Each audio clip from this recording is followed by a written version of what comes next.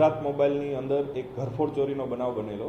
આ ઘરફોડ ચોરીની અંદર ગુજરાત મોબાઈલની અંદરથી કુલ 29 લાખ રૂપિયાના નવા કિંમતી મોબાઈલની ચોરી થયેલી। જે મોબાઈલની ચોરીના અંતે ગુનો દાખલ કરી અને કાપોદ્રા પોલીસ સ્ટેશન દ્વારા એની તપાસ કરવામાં આવેલી। એ દરમિયાન અગાઉ ક્રાઇમ બ્રાન્ચ દ્વારા આ ગુનાનું ડિટેક્શન કરવામાં આવેલું અને અમર ખરાટ નામના એક વ્યક્તિની ધરપકડ કરવામાં આવેલી। અમર ખરાટ નામના વ્યક્તિની ધરપકડ કરવામાં આવેલી। એની પૂછપરછ દરમિયાન એવું જાણવા મળેલ કે આ ગુનાનો મુખ્ય સૂત્રધાર અને મુખ્ય ચોરી કરનાર એક આરોપી રામ નિવાસ ઉર્ફે રામા ગુપ્તા, જેનું રહેઠાણ થાણે મુંબઈ છે, એ આ ગુનામાં મુખ્ય સૂત્રધાર છે, જેથી તેની પણ આમાં કાપોદ્રા પોલીસ સ્ટેશન દ્વારા તપાસ કરવામાં આવી।